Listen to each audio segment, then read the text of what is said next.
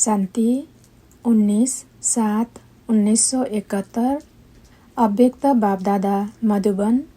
Simple बनो, sample बनो। Simple बनो, सैंपल बनो। आज जो संगठन हुआ है इसको कौन सा संगठन कहेंगे?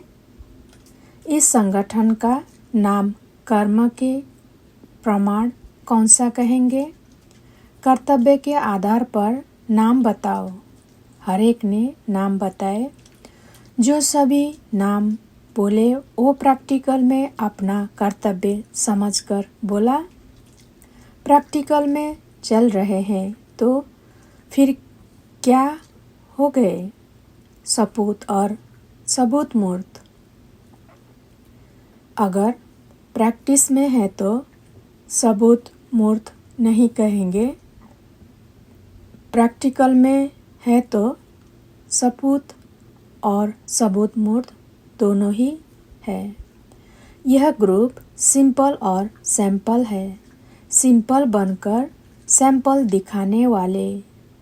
सिंपल कोई ड्रेस आदि में नहीं, लेकिन सभी बातों में सिंपल बन सैंपल बनने वाले। जैसे कोई भी सिंपल चीज़ अगर स्वच्छ होती है तो अपने तरफ आकर्षित करती है। इस रीति से मनसा में भी जो संकल्प है, संबंध में, व्यवहार में भी और रहन सहन में भी सभी में सिंपल और स्वच्छ रहने वाले सैंपल बन अपनी तरफ आकर्षित करते हैं। अगर संकल्प में व संबंध में सिंपल नहीं होंगे तो अल्टरनेट क्या होंगे? सिंपल अर्थात साधारणता। साधारणता में महानता हो। जैसे बाप साकार सृष्टि में सिंपल रहते हुए आप सभी के आगे सैंपल बने ना। अति साधारणता ही अति महानता को प्रसिद्ध करती है। तो साधारणता अर्थात सिंपल नहीं तो प्रॉब्लम बन जाते हैं। संकल्पों के भी प्रॉब्लम में रहते हैं। रहन सहन भी सिंपल न होने के कारण औरों के लिए व अपने लिए कोई न कोई प्रॉब्लम बन जाते हैं। तो प्रॉब्लम बनना है व सिंपल बनना है। प्रॉब्लम वाले सिंपल नहीं बन सकते। तो मनसा में भी सिंपल हो। अगर कोई मनसा में भी उलझन है अर्थात प्रॉब्लम है तो उसको सिंपल कहेंगे क्या? जैसे देखो, गांधी को सिंपल कहते थे, लेकिन सिंपल बन कर के एक सैंपल बनकर तो दिखाया ना। उसकी सिंपल एक्टिविटी ही महानता की निशानी थी। वह हो गया हद का एक्ट। लेकिन यहाँ है बेहद के बाप के बच्चे बन बेहद की एक्ट करना।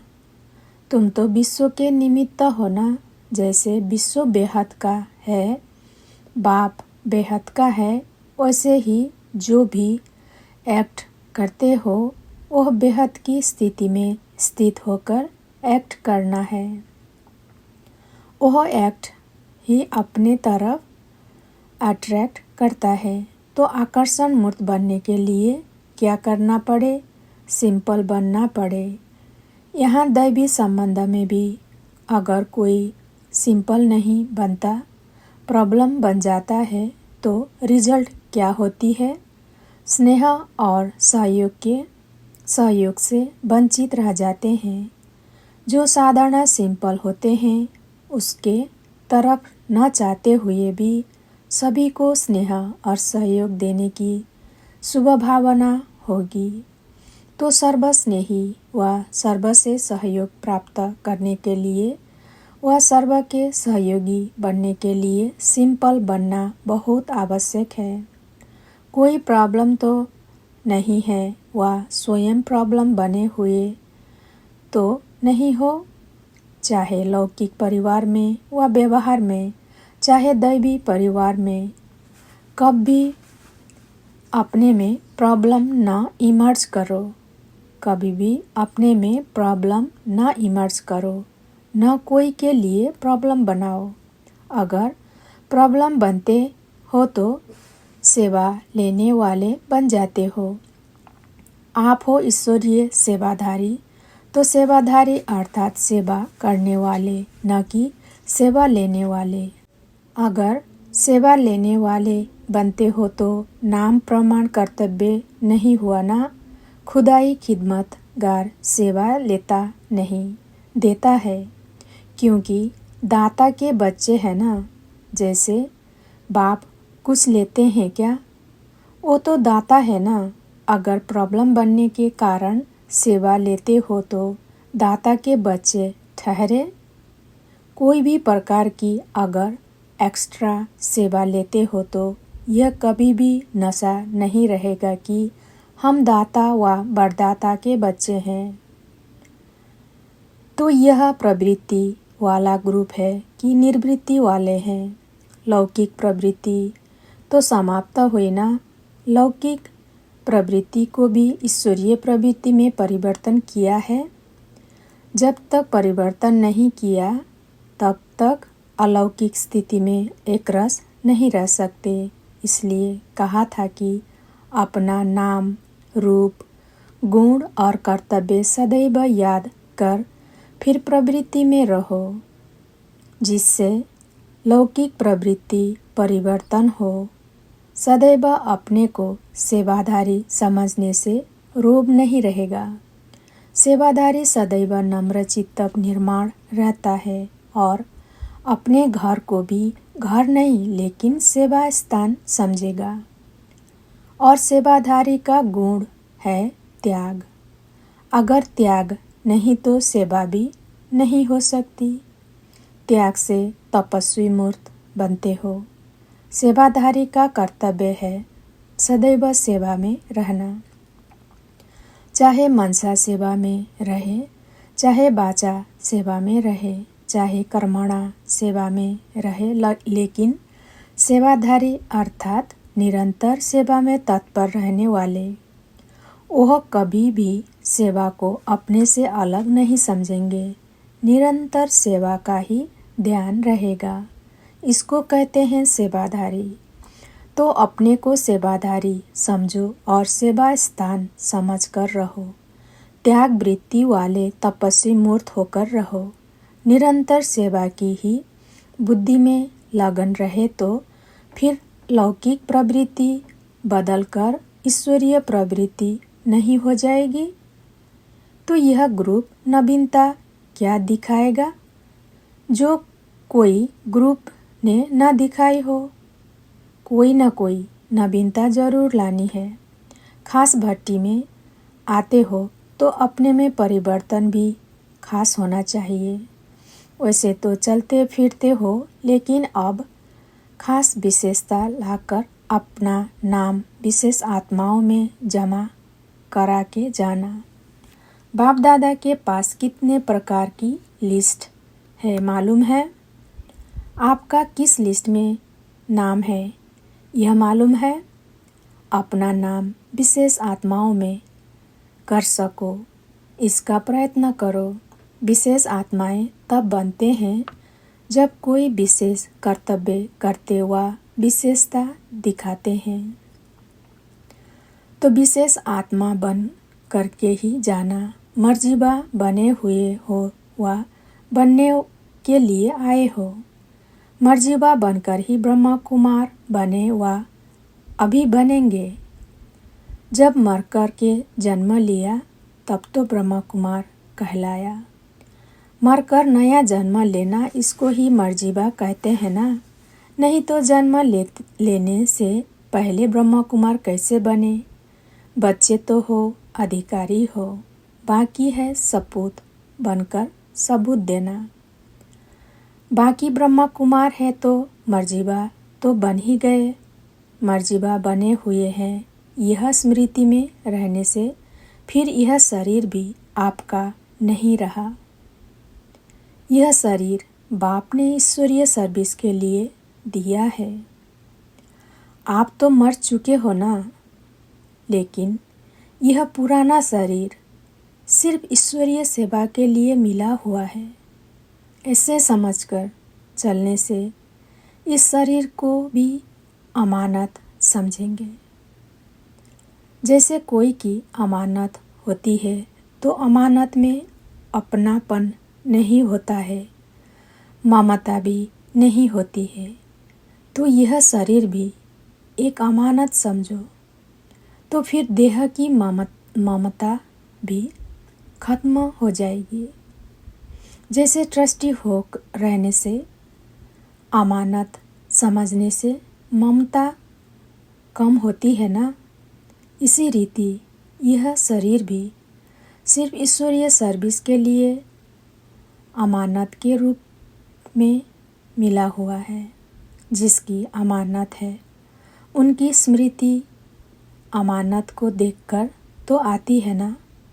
अमानत रखी हुई चीज़ को देख देने वाले की याद आती है ना।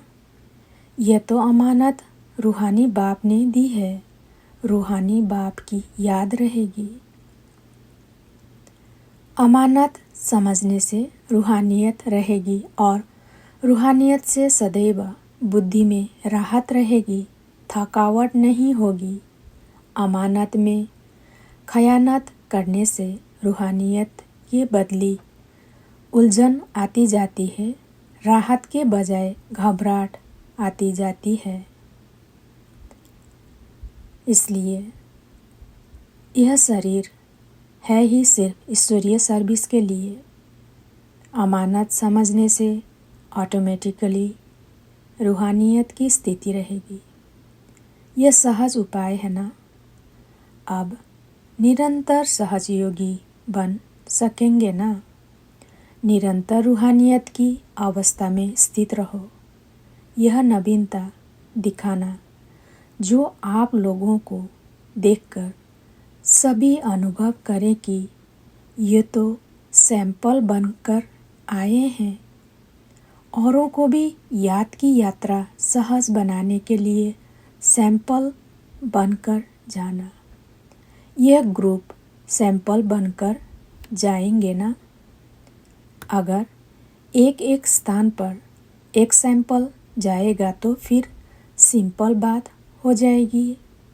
अपना नाम क्या याद रखेंगे? सेवाधारी। सेवाधारी तो हो ही, लेकिन सेवा ऐसे करो जो प्रत्यक्ष फल की प्राप्ति करा सको। तो स्लोगन क्या याद रखेंगे? अपनी रूहानियत की स्थिति प्रत्यक्ष कर हर आत्मा को प्रत्यक्ष फल दिलाने वाले।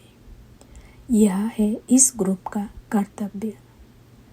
जितना अपनी रूहानियत की स्थिति को पक्का करेंगे उतना प्रत्यक्ष फल दे सकेंगे।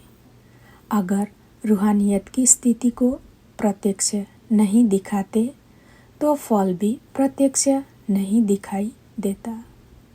प्रत्यक्ष फल दिखाने के लिए अपनी रूहानी स्थिति को प्रत्यक्ष करो। समझा स्लोगन?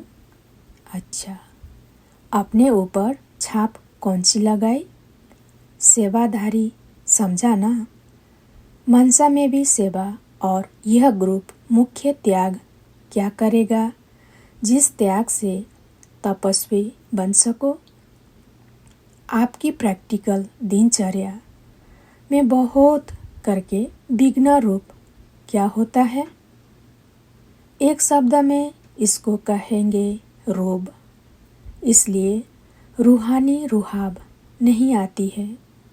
प्रवृत्ति में जो रोब रखते हो, मैं रचयिता हूँ, वह व्यवहार का भी रोब रहता है। संबंध में भी मुख्य विघ्न रोब आता है। इसका त्याग करना है। सेवाधारी रोब नहीं दिखाते। सेवाधारी रोब नहीं दिखाते। इसलिए रोब का त्याग करना है। यह है मुख्य त्याग। हिम्मत तो है ना त्याग की। जो भी वायदे करते हो, एक एक वायदे पर अविनाशी की छाप लगाओ। अविनाशी छाप न लगाने के कारण वायदे अल्पकाल के लिए हो जाते हैं। कईयों की रिजल्ट में यह दिखाई देता है कि यहाँ वायदे करके जाते हैं, फिर वायदे बदलकर विलाप करने लग पड़ते हैं। क्या करें, क्या हो गया, अब मदद दो। चाहते तो नहीं हैं, लेकिन यह कारण बन गया। योगी के बदले वियोगी हो विलाप करते हैं। योगी के बदले वियोगी हो विलाप करते हैं। तो अब निरंतर योगी बनना, विलापों वाले वियोगी नहीं बनना। यह ग्रुप यही प्रैक्टिकल करके दिखाए। जो कहा है वही करेंगे, चाहे कितनी भी बातें सहन करनी पड़े, लेकिन सामना करके दिखाएंगे। विजयी बन करके ही दिखाएंगे। एक दो के मददगार शुभचिंतक बनते रहे तो सहयोगी बन क्या नहीं कर सकते हैं। जब वो एक दो के सहयोगी बन घेराव डाल सकते हैं तो क्या आप माया को घेराव नहीं डाल सकते? पांडव सेना घेराव नहीं डाल सकती? एक दो के शुभचिंतक सहयोगी बनते रहे तो माया की हिम्मत नहीं जो आपके घेराव के अंदर आ सके। यह है सहयोग की शक्ति। यह संगठन है सहयोग की शक्ति का। यह संगठन के सहयोग की शक्ति का प्रत्यक्ष रूप दिखाना। अच्छा, ओम शांति।